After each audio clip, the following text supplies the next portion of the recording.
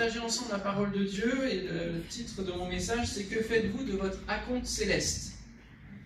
Peut-être que vous avez fait des travaux récemment et les ouvriers, en tout cas l'entreprise qui fait les travaux, vous a demandé de verser un acompte avant de réaliser les travaux. Ça lui sert notamment à acheter le matériel, etc.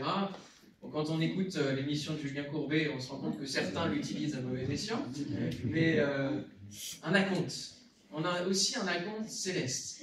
Et parfois, quand on achète quelque chose de conséquent, c'est pareil, on verse un acompte et puis on peut avoir ensuite, dans un autre temps, eh bien, la réalisation de ce qu'on souhaite. Nous avons un acompte céleste que Dieu a déposé dans notre vie. Et c'est le Saint-Esprit. Amen. On est à la Pentecôte et donc on va parler du Saint-Esprit, bien entendu, de la venue du Saint-Esprit.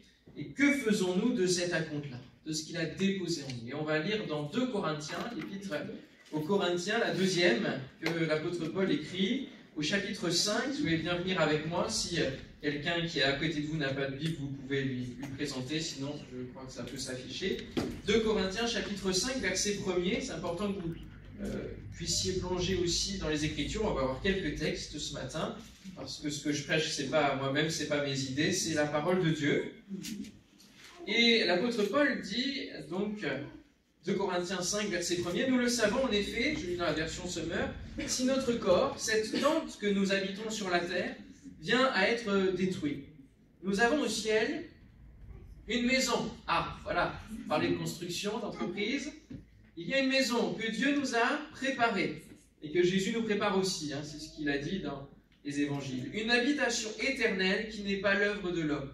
Car dans cette tente, eh bien, nous gémissons, parce que nous attendons, avec un ardent désir, de revêtir par-dessus ce corps notre domicile qui est de nature céleste, si bien sûr cela se produit tant que nous sommes encore vêtus de notre corps, et non comme quand la mort nous en aura dépouillés. En effet, nous qui vivons dans cette tente, nous gémissons accablés parce que nous voulons non pas nous dévêtir, mais revêtir un vêtement glorieux, par-dessus l'autre. Ainsi, ce qui est mortel sera absorbé par la vie. C'est Dieu lui-même qui nous a destinés à un tel avenir et qui nous a accordé son esprit comme acompte des biens à venir. Vous avez sûrement dans la version 1910, il est parlé d'art, les arts que Dieu a déposés en nous.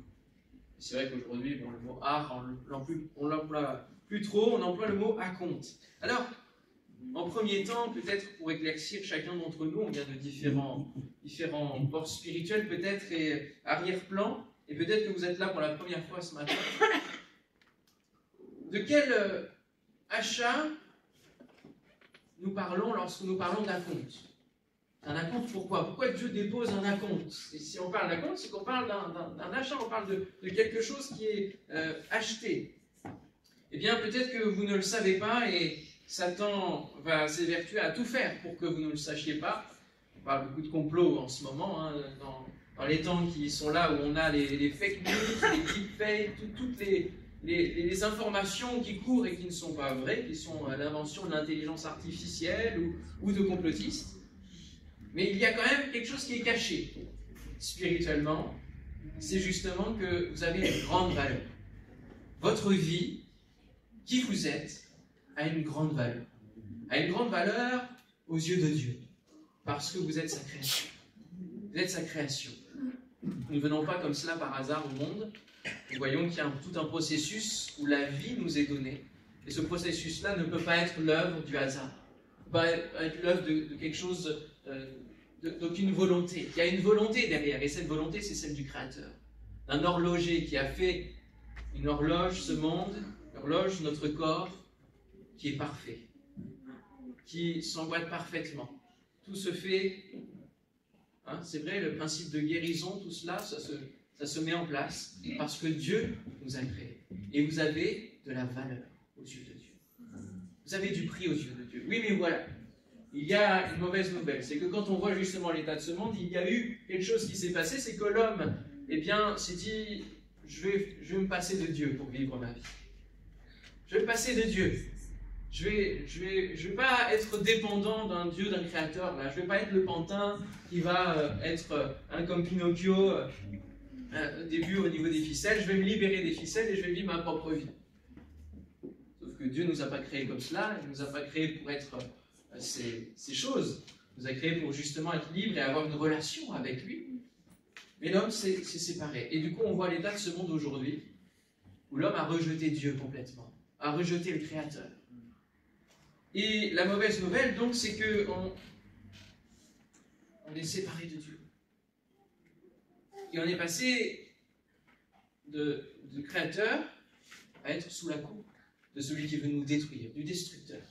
Celui qui veut nous humilier, nous détruire, nous amener sur la voie de la méchanceté, la voie du mal, la voie de la mort. Et c'est cela qui a produit la désobéissance de l'homme en disant « Moi, je te rejette Dieu », et bien ça a amené la mort sur sa vie. Ça a amené la mort. Le destin de l'humanité, c'est la mort. Et ça, c'est la volonté de Satan qui veut tout détruire parce qu'il est jaloux de Dieu. Il voulait être son égal et son orgueil l'a emporté dans la voie de la méchanceté. Et il veut en emmener d'autres avec lui. Et il veut emmener et détruire tout ce que Dieu crée. Il veut le toucher pour le détruire. Et alors nous qui avons de la valeur aux yeux de Dieu, eh bien nous avons aussi de la valeur aux yeux de Satan parce que nous sommes ses esclaves. Nous ne pouvons pas gérer véritablement notre vie par nous-mêmes. Nous sommes forcément sous un maître, c'est ce que dit la Bible. Soit nous sommes sous la coupe de Dieu, c'est lui qui devient notre maître, soit c'est Satan. Mais quand on est, eh bien on est dans ce monde corrompu de péché. Et nous sommes, premièrement, notre premier père, c'est Satan, c'est le diable, qui nous influence dans cette voie d'écraser les autres, de marcher, même des tout petits, dans la méchanceté, d'avoir des réflexes qui sont à corriger par les parents. Et nous avançons comme ça, en étant tentés de corruption et de destruction de différentes manières. Ça, c'est un premier élément très important. Et donc, si nous sommes esclaves d'un maître, si nous sommes sous la coupe de Satan, eh bien, pour pouvoir dire, moi, je veux changer de vie, je veux pas ça, je veux pas cette vie, je veux pas cette belle manière de vivre où je sais pas ce que je vais récolter dans l'éternité, mais la Bible nous dit, ce qu'on récolte si on reste sous la coupe de Satan, eh bien, c'est la perdition éternelle. C'est d'être avec Satan pour l'éternité, jugé. Il faut, quand on chantait tout à l'heure, trembler en enfer, il faut préciser que l'enfer, c'est pas le lieu que gère Satan. Satan sera jeté dans l'enfer. C'est pas un lieu qu'il gère, lui. D'accord? On n'a pas Dieu et en face le diable. C'est pas un combat d'égal à égal. Nous avons Dieu le Créateur et Satan en dessous. Et lui-même sera jugé. Il sera jeté dans l'enfer, dans les temps de feu, dans la perdition éternelle. Il souffrira lui aussi. Mais il va en emmener d'autres.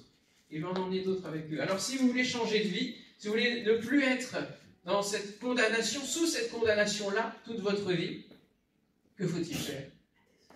Eh bien, il faut chercher Dieu. Et ce qui est formidable, c'est que Dieu, lui, il est venu nous chercher par avance. Et c'est ce que nous fêtons, ce que nous célébrons lorsque nous prenons la Sainte Seine, chaque dimanche, à chaque fois que nous nous rassemblons, c'est l'œuvre de la croix. Et voilà le rachat que Dieu va faire. Si nous sommes esclaves, il faut être rachetés.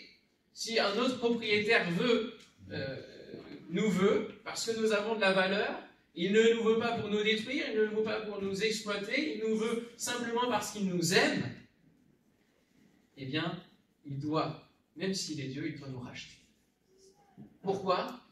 Parce qu'on pourrait dire, mais s'il est Dieu, il n'a qu'à nous prendre de Satan et c'est bon. Non, non, non, non, non. Parce que Dieu est juste. Il est amour, mais il est juste. Et du coup, il fait les choses correctement pour que personne, ni même le diable, ne puisse l'accuser d'avoir volé les âmes qui étaient sous sa coupe. Donc voilà l'œuvre de rachat. Et le rachat, le prix qui a été payé.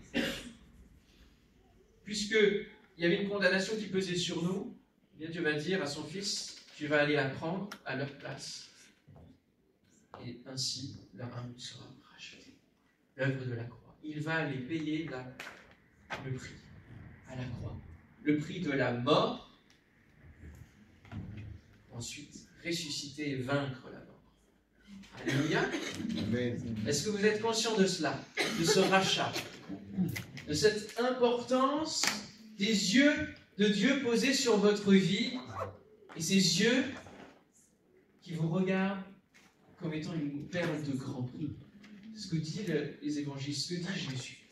Nous sommes comme des perles de grand prix. Alléluia. Amen. Un acompte lié à ce rachat.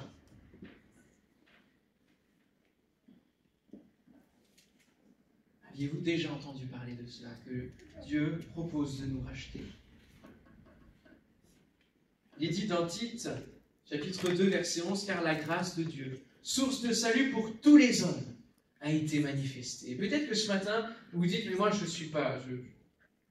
En quoi ma vie est véritablement une perle de grand prix, avec tout ce que j'ai fait, avec tout ce que j'ai traversé, toutes les galères, toutes les erreurs, partout où je suis tombé, qu'est-ce qu'il peut trouver de bon en moi? C'est pas qu'il trouve quelque chose de bon en nous, parce que notre vie, tout simplement, vaut du prix. Et il veut nous transformer. Il veut nous racheter pour nous tailler, pour nous laver, pour nous transformer, pour que notre cœur, notre vie tout entière vaille la peine d'être vécue. Alléluia. Pour goûter au véritable bonheur, le bonheur divin. Elle nous enseigne la grâce de Dieu à renoncer à l'impiété et aux convoitises mondaines, à vivre dans le siècle présent selon la sagesse, la justice et la piété, en attendant la bienheureuse espérance et la manifestation de la gloire du grand Dieu et de notre Sauveur Jésus-Christ, qui s'est donné lui-même pour nous, afin de nous racheter de toute iniquité, de tout péché, et de se faire un peuple qui lui appartienne, purifié par lui et zélé pour les bonnes œuvres. Alléluia. Dieu ne veut pas que nous périssions tous en enfer. Ce n'est pas son plan, ce n'est pas son but. Mais il va tout donner, il a tout donné pour que nous puissions vivre l'éternité avec lui. Amen. Amen. Alléluia. Que son nom soit béni. Il nous a tout donné. Réalisons cela et que le Saint-Esprit ce matin ouvre nos cœurs à cette révélation. Amen. Alléluia. Ce que nous désirons ardemment, c'est accéder à cette vie éternelle. Et nous ne pouvons pas l'acheter par nos efforts, par nos bonnes œuvres. Pourquoi? Parce que c'est devenu gratuit, parce que Christ a payé. Alléluia. Et c'est lui qui verse l'acompte du Saint-Esprit. Alors avez-vous saisi ce cadeau? Avez-vous saisi ce rachat? Avez-vous vécu cette œuvre de guérison, de restauration, de transformation? Si ce n'est pas le cas, simplement avant d'aller vers la suite, concerne plus ceux qui sont avancés dans la foi, si vous voulez saisir maintenant, on va fermer nos yeux. S'il y en a qui veulent saisir maintenant ce salut, ce rachat, qui veulent dire, oui, moi je veux croire à cela, à ce qu'il dit, et surtout à ce que la parole de Dieu dit, bien simplement, levez votre main maintenant. C'est comme si vous saisissiez vers Dieu en disant, moi je veux saisir ce salut, je veux changer de vie, je veux saisir par la foi l'œuvre de la croix. Je veux croire que tu as changé ma vie, que tu veux changer ma vie, que tu as payé à la croix pour moi. Peut-être qu'il y a des personnes qui veulent vivre la guérison ce matin. Levez votre main. Vous avez besoin d'une guérison physique, une guérison intérieure du cœur.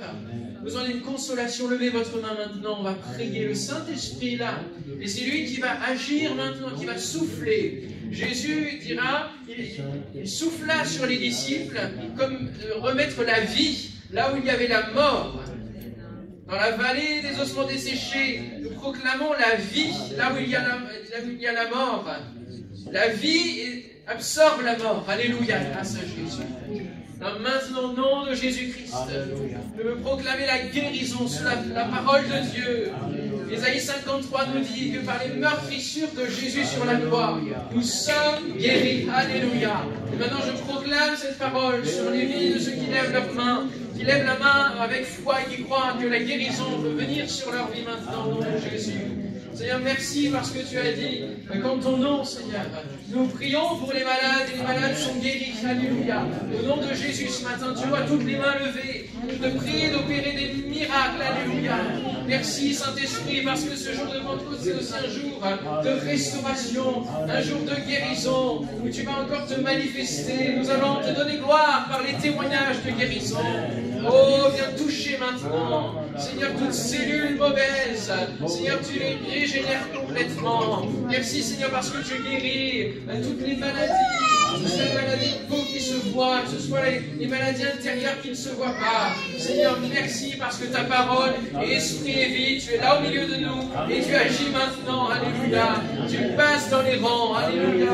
Merci, Seigneur, pour la guérison qui est opérée maintenant. Seigneur, que toute œuvre de l'ennemi soit mise à mal maintenant au nom de Jésus. Que tout esprit mauvais qui peut peut-être générer une maladie quitte les corps maintenant au nom de Jésus. Alléluia. Merci, Seigneur, parce que tu opères la guérison. Amen. Amen. Croyez avec foi que Dieu l'a fait.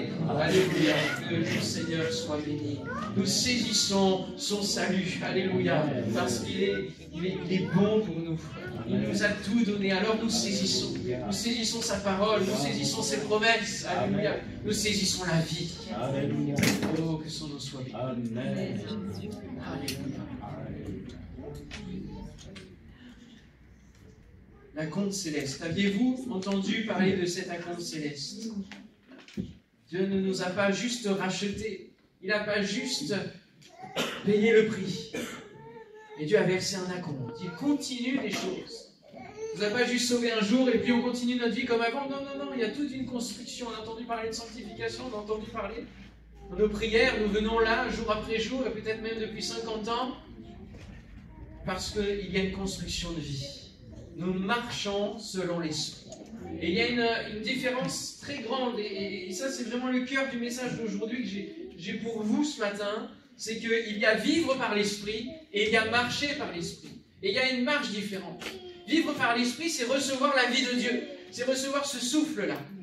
C'est Jésus qui souffle sur les disciples dans Jean 20 et qui dit recevez le Saint-Esprit comme recréer la terre. Parce que la terre était informée vide, il y avait un tohu-bohu, un chaos qui était là. L'Esprit de Dieu planait sur les eaux. Et quand Dieu a parlé, que la lumière fut, la lumière a été. Et il a créé le monde dans une harmonie. Et c'est ce qu'il fait avec nos vies maintenant. Alléluia. C'est ce qu'il fait avec nos vies. Et il continue. Il continue ensuite. Et il dépose cet acompte céleste. Et on n'est pas toujours au courant de cela. De marcher par l'Esprit. Parce que il y a une chose importante dans le développement d'un enfant, c'est qu'au début de vie, il sort du ventre de la mère, on s'assure qu'il respire, on l'entend pleurer et on est soulagé. C'est peut-être la seule fois après qu'on est soulagé quand un enfant pleure, parce qu'après ça nous tape sur le système. Et après il y a la marche. Ça ne suffit pas de vivre, mais après on marche. Il apprend à marcher. Et peut-être qu'aujourd'hui, ce matin, plusieurs sont juste en train de vivre par l'esprit, mais ne marchent pas. Et ça nous montre la différence aussi entre les chrétiens qui restent juste sur la dimension du salut et qui ne se disent pas qu'il y a peut-être une transformation de cœur, de caractère, toute une construction à faire tout au long de la vie, la sanctification et puis la régénération, le fait de marcher en nouveauté de vie. Et puis les chrétiens, justement, qui disent, mais d'accord Seigneur, tu m'as sauvé, mais je vois bien que tu veux faire des choses avec moi, que tu veux me transformer, que tu veux m'utiliser, que tu veux que je sois ton témoin, et que je reçoive la puissance d'en haut qui est dans Acte 1:8. Vous recevrez une puissance, le Saint-Esprit survenant sur vous, et vous serez mes témoins à Jérusalem, en Judée, en Samarie, jusqu'aux extrémités de la terre. Il y a deux types de chrétiens. Il y a les chrétiens qui vivent juste avec leur salut, ils se disent, ça y est, j'ai ma place au ciel. Puis je viens à l'église, je lis la Bible tranquillement, et puis ça va bien se passer. Puis il y a ceux qui disent, mais d'accord, je suis sauvé, mais les autres. D'accord, je suis sauvé, mais faut que je travaille quand même un peu sur moi-même. Et moi, je ne peux pas me changer moi-même, donc je trouve que je compte sur le Saint-Esprit. Alors je vais chercher Dieu, je vais continuer à chercher Dieu pour avoir encore plus de vie de Dieu. Et ça, c'est ceux qui comptent sur cet acompte céleste, qui ont reçu cet acompte céleste. Alors, il n'y a pas de problème, peut-être vous n'en avez jamais entendu parler, peut-être que vous n'avez jamais réalisé cela. Alors on va le réaliser ce matin ensemble et on va aller dans Acte 19. Parce que même dans les Actes des Apôtres, au début de l'Église, plusieurs ont été sauvés par différentes personnes qui ont prêché la parole de Dieu, parce que la folie de Dieu, c'est de sauver par la prédication, par la parole. Et je prie que le Saint-Esprit, au travers de ce matin, de cette prédication puisse pénétrer vos cœurs.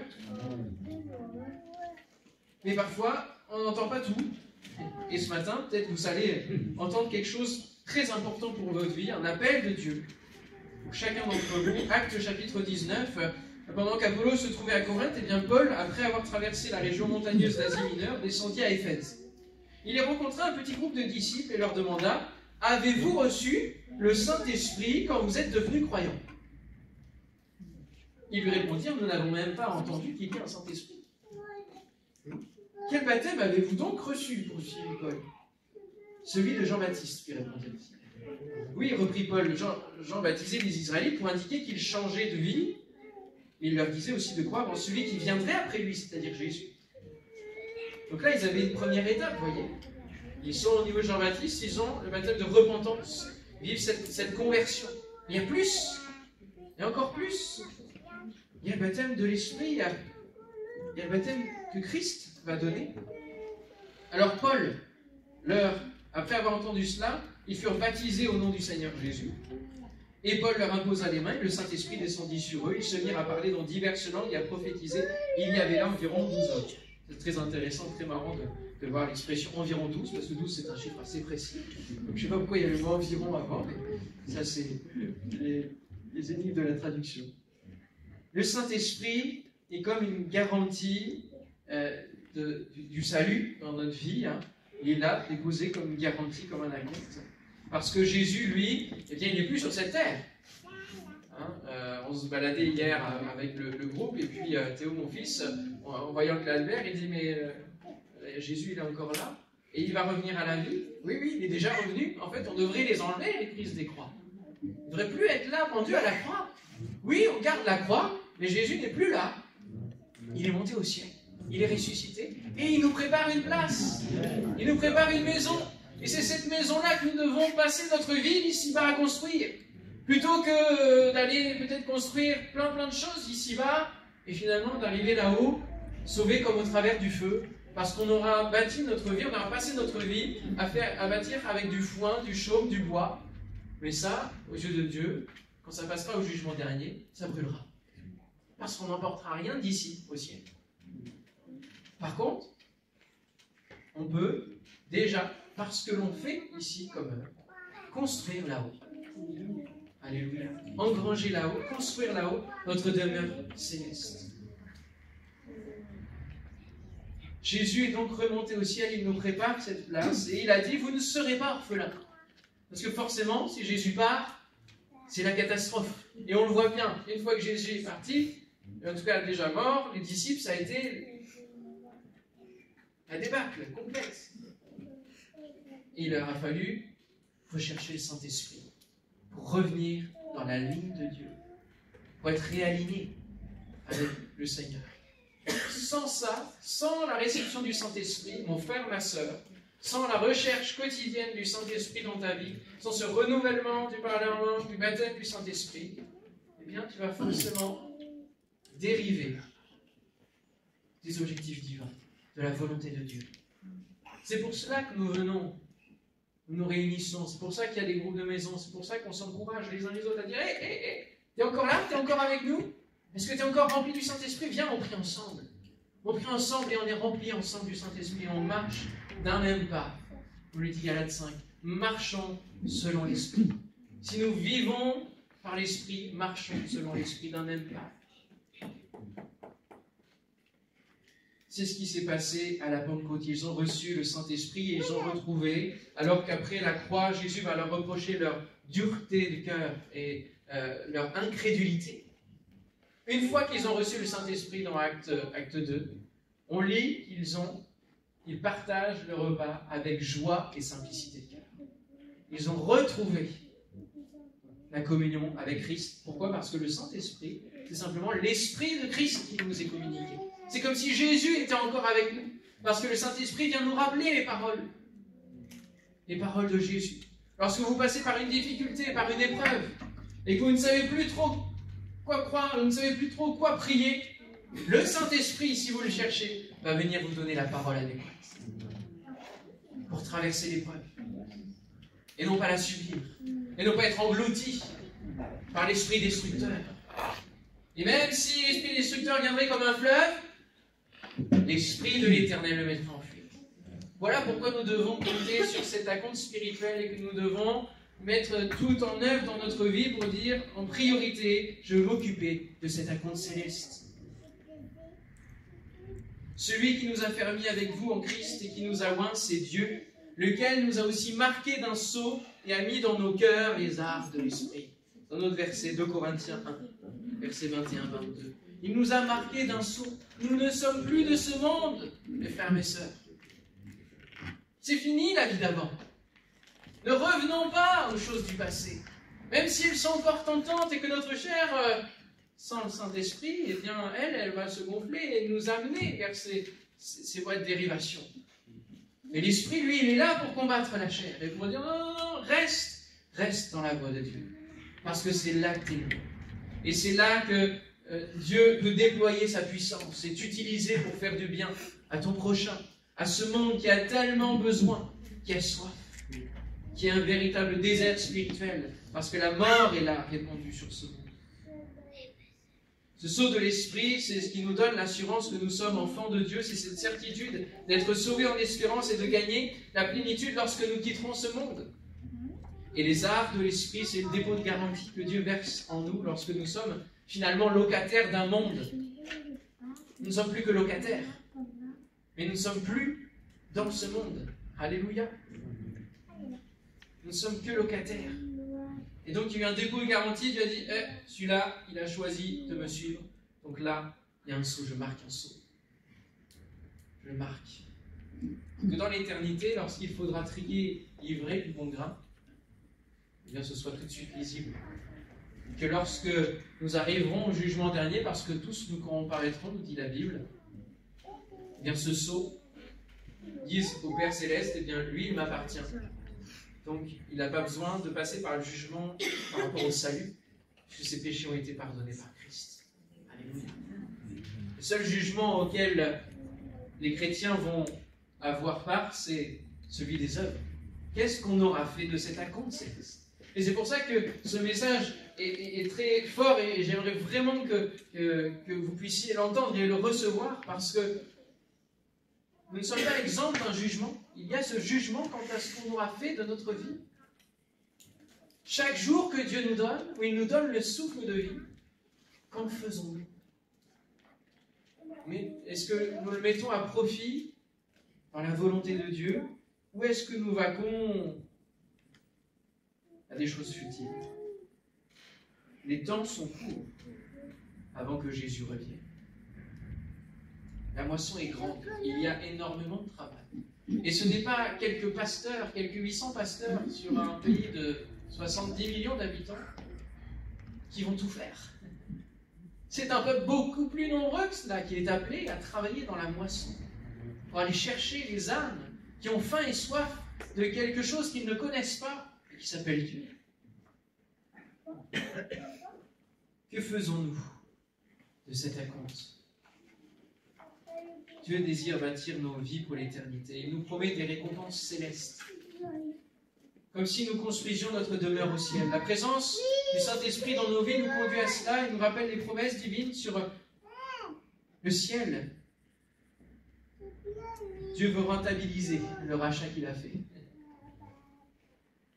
Il ne suffit pas de savoir que nous avons une garantie, il faut veiller à son activation continuelle. Vous savez, les garanties, quand on vous propose une garantie, ça dure qu'un temps. Hein. Et si à un moment donné ça s'arrête, c'est à nous de la réactiver.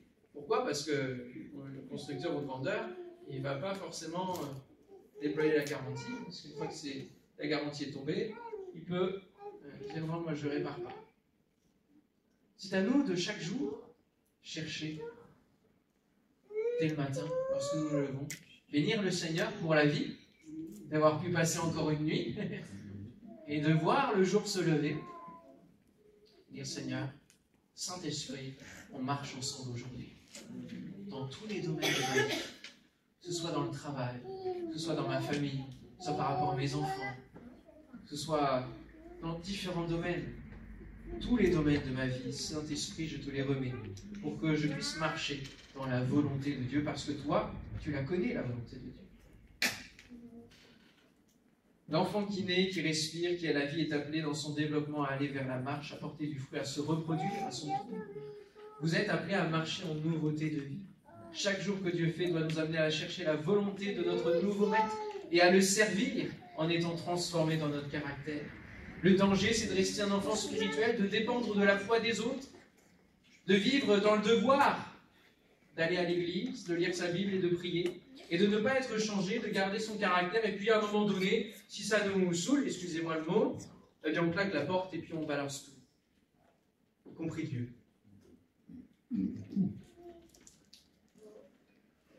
C'est le risque.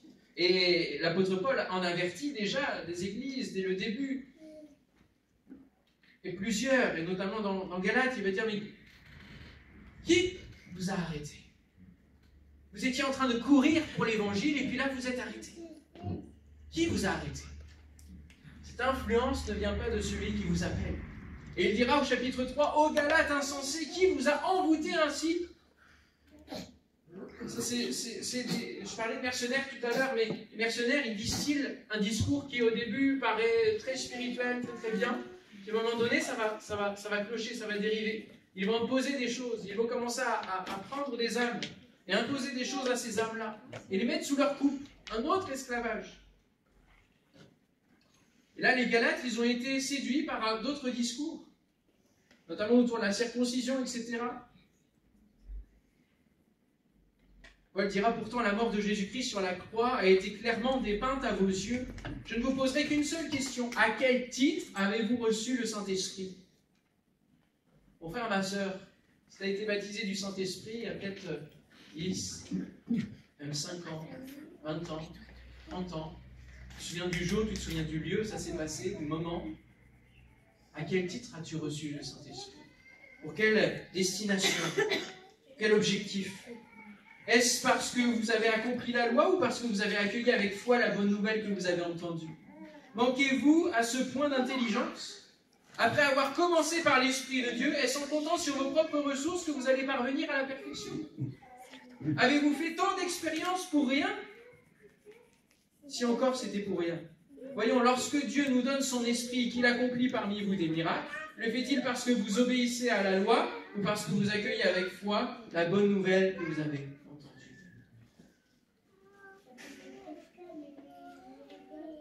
Vous courriez bien, qui vous a arrêté?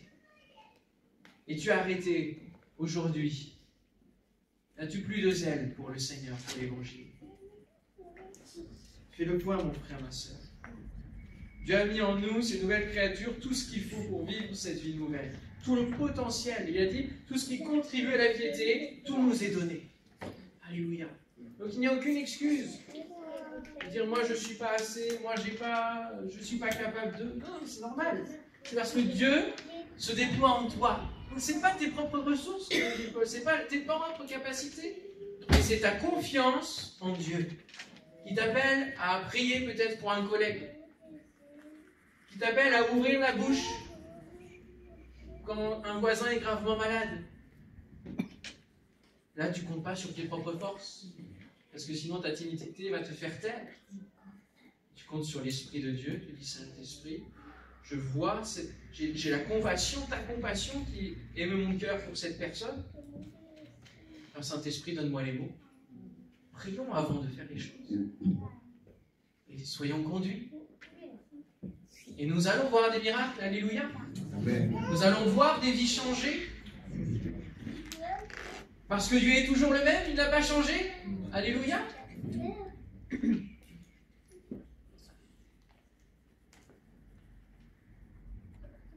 Ce n'est pas parce que vous avez reçu le don du Saint-Esprit un jour que tout est fini. Chaque jour appelle un remplissage du Saint-Esprit pour réaligner notre vie en ayant les yeux fixés sur Christ, mais aussi porter du fruit parce que je disais, il y a ce combat entre la chair et l'esprit, et il faut que chaque jour, tant que nous sommes sur cette terre, il y aura ce combat. Ça, voilà. Donc, s'il y a des choses avec lesquelles vous savez que vous êtes faible, hein, charnellement, eh bien, cet esprit, aide-moi à combattre cela.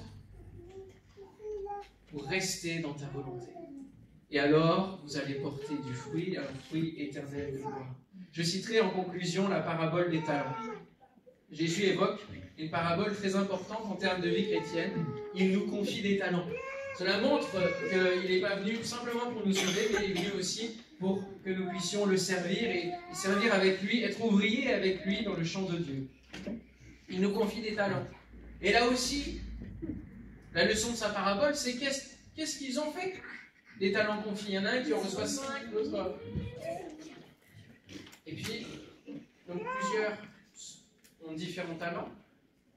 Et après, le maître revient et il fait le point. Celui qui en a eu 5 a fait fructifier, l'autre aussi. Et puis le dernier, qui n'en avait qu'un, il en a fait quoi de son acompte céleste? Allez, fort.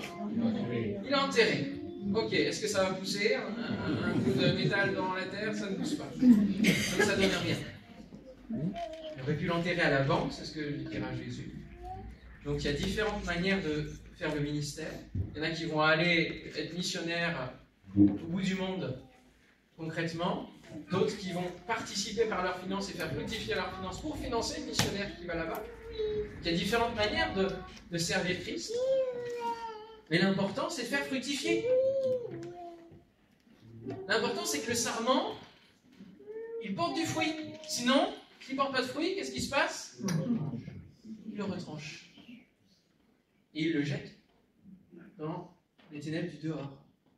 Et le serviteur inutile qui n'a pas fait fructifier, il le jette aussi dehors. Donc, c'est pour cela que l'apôtre Paul nous dit de travailler à notre salut. C'est que ce n'est pas l'histoire d'un jour il y a longtemps. C'est que c'est jusqu'au dernier jour, notre salut, on doit le travailler pour que notre foi passe au travers des œuvres bonnes qu'il a préparées d'avance pour nous. Il nous appelle à vivre ces bonnes œuvres. Alléluia. Ce ne sont pas ces œuvres qui nous sauvent, mais il y a des talents qui nous sont confiés.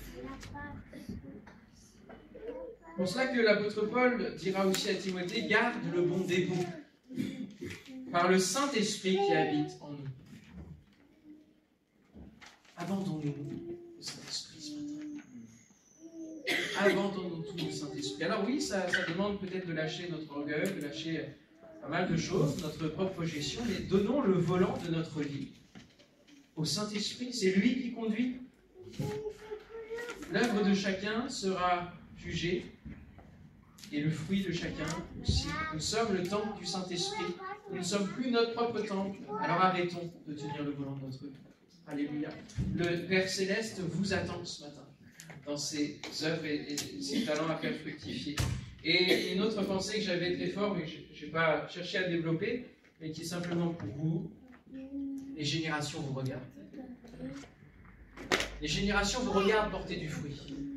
Et si elles ne voient pas de fruits portés en vous, alors ça ne leur donnera pas envie d'y goûter. Et de goûter à l'évangile. Parce qu'ils ne verront pas de différence entre celui qui ne croit pas et celui qui croit. La différence, elle est là. Elle est dans le fruit qui est porté par chacun d'entre nous. Lorsqu'il y a l'enterrement d'un frère ou d'une sœur, ceux qui sont là doivent finalement voir le fruit qui a été porté.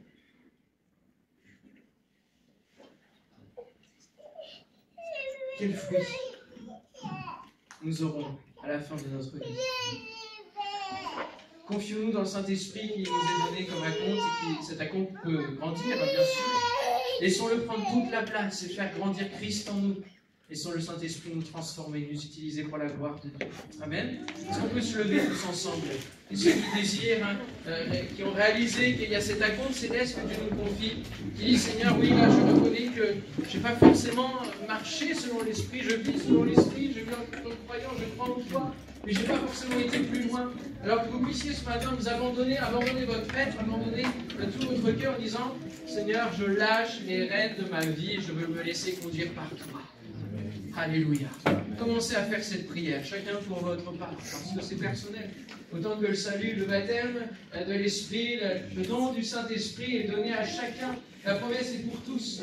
Mais c'est chacun qui doit se saisir, qui doit rechercher, qui doit aspirer aux dons les meilleurs, qui doit chercher à développer le fruit de l'Esprit. Alléluia. Alors commençons à élever nos prières vers le Seigneur, même parfois peut-être en suppliant ton Seigneur, fais-moi grâce et donne-moi ton Esprit Saint, Seigneur, donne-moi ce don de ton Esprit. Oh, recherchons ce matin, pendant quelques minutes, là, Élevons nos âmes vers le Seigneur et abandonnons tout. Abandonnons-nous au Saint-Esprit, alors que les temps de la fin arrivent et que les séductions vont être nombreuses, alors que les discours et la marque de la bête va nous être soumise, va être proposée. Nous avons besoin du Saint-Esprit pour traverser, pour avoir le discernement, pour pouvoir dire non, non, moi je garde le sceau de Dieu sur ma vie et je ne veux pas être pris dans la vague de la fin des temps. Alléluia. Oh, demandons au Saint-Esprit, si les musiciens veulent venir, nous allons véritablement élever nos âmes. Ceux qui sont baptisés du Saint-Esprit, qui parlent en langue, qui ont reçu ce don-là, parler en langue, laissez-vous renouveler maintenant le Saint-Esprit. Cherchons Dieu ce matin, mes frères et sœurs. Disons, Seigneur, tu nous as promis que cette promesse vienne maintenant sur nos vies. Alléluia. Je te prie pour les frères et sœurs, que Seigneur, ton esprit vienne renouveler, que le souffle de Dieu, alléluia, vienne renouveler, que la vie de Dieu coule, que la vie de Dieu coule ce matin sur mes frères et sœurs qui recherchent ardemment à vivre la vie en toi, qui veulent vivre quelque chose de nouveau. Alléluia. Oh, viens souffler, Seigneur, ce matin, au nom de Jésus.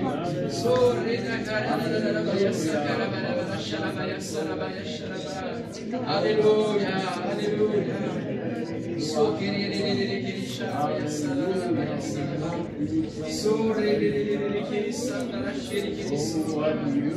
Oh Seigneur, nous sommes là devant toi et nous avons besoin d'un renouvellement de ta part, Seigneur.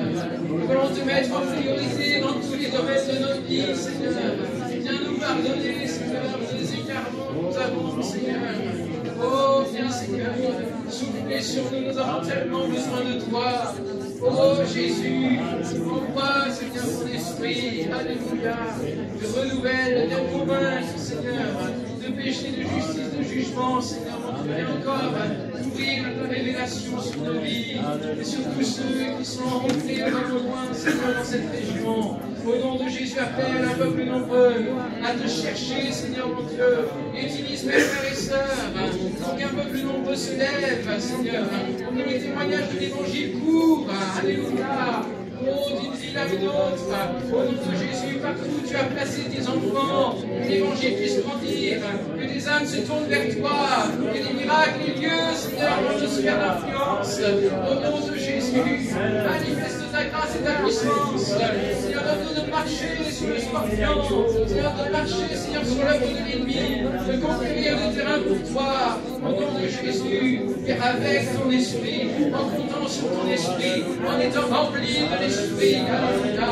Viens, Seigneur, nous donner un réveil puissant, Seigneur, dans cette région, au nom de Jésus, dans toute la Normandie, Seigneur, où tu as déjà soufflé, continue de souffler, Seigneur, dans toutes les générations, au nom de Jésus-Christ, dans nos familles, dans tous ceux qui ont entendu l'évangile étant petits, Seigneur, viens te réveiller, Seigneur, dans leur vie, au nom de Jésus. Nous voulons voir un peuple nombreux, Seigneur, qui dépasse ces murs, Seigneur, au nom de Jésus, fais grandir, multiplie ton peuple, Seigneur, ce matin, alléluia, au nom de Jésus, Amen, alléluia.